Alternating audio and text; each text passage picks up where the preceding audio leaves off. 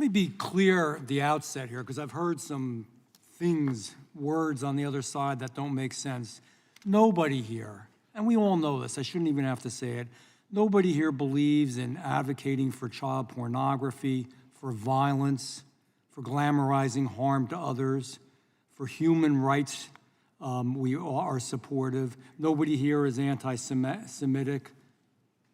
And for that matter, X is not accommodating hate speech or pornography. They just they let everything be heard, everything that's in the free marketplace of ideas. And we are proponents. We keep hearing, oh, you're not proponents of the free marketplace. The very reason we're here is because we are proponents of the free marketplace. The very problem that you have in what you do is you are stopping the free marketplace, not only of goods and services, but of ideas. That's what America is based on, a freedom of ideas. It doesn't matter if you're conservative, if you're progressive, if you're liberal. It doesn't matter what you believe as long as you're allowed to express yourself and let the consumer of those ideas or those products be the one to judge what they want to do. You know, the whole damn thing sounds like some kind of grand conspiracy theory. It's like a bad James Bond movie. I can't believe it.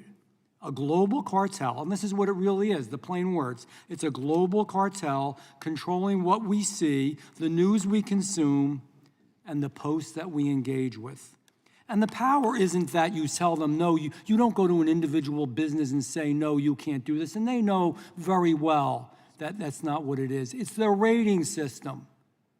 So businesses are busy being businesses. They look at a rating system, and if you get a low number, they figure you probably shouldn't advertise on there. It amazes me that conservative viewpoints get out there at all. It amazes me that this election is even close.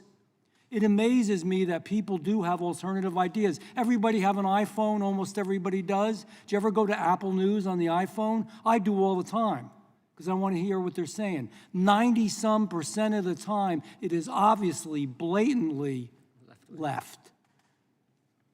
We should hear both sides. That's what this is about. Unelected, unseen, it's undeniably a true threat to freedom. GARM wields tremendous power. It controls, and you know this already, 90% of global advertising, almost $1 trillion. We have concrete evidence, we're not making this stuff up, of GARM organizing boycotts like the one against Twitter because of Elon Musk's acquisition, which the left used to love Elon Musk because he's electric cars, he's all about it. Now they don't because he believes in individual freedom.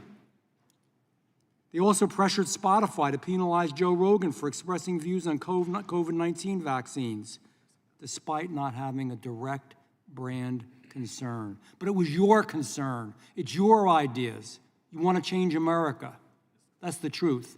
You want to change America as we know it. It's not protecting brands. It's silencing dissenting viewpoints. Internal documents reveal coordinated efforts to demonetize conservative news outlets, Fox News, Daily Wire, Breitbart, simply because they don't align with your ideas, because you want to change America. And this is blatant partisanship. It undermines the very foundation of our freedom of speech. It's everything what America is about, freedom. All those ideas on the marketplace, left, right, middle, everybody should hear everything. And you shouldn't rate them just on the basis of that.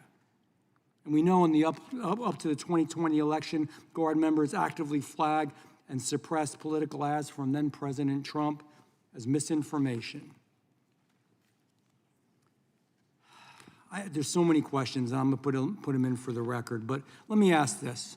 Mr. Shapiro, NewsGuard ranked leftist media organizations on average a 91, left organizations on a 0 to 100 scale, right-leaning organizations a 66. Can you name a few examples, and I know you can, of leftist news sites and newspapers who've published verifiably false stories, yet still receive a high grade from you all? because you want to change America? Can you name some? I mean, the list is extraordinarily long, obviously. Yeah, CNN targeting the kids at Covington Catholic would be a perfectly obvious example in which they lost a massive lawsuit to one of those kids.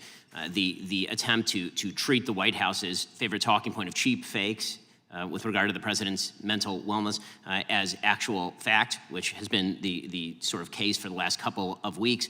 That's leaving aside opinion hosts like Joy Reid, who routinely says things that are extraordinary, celebrating quote-unquote white tears.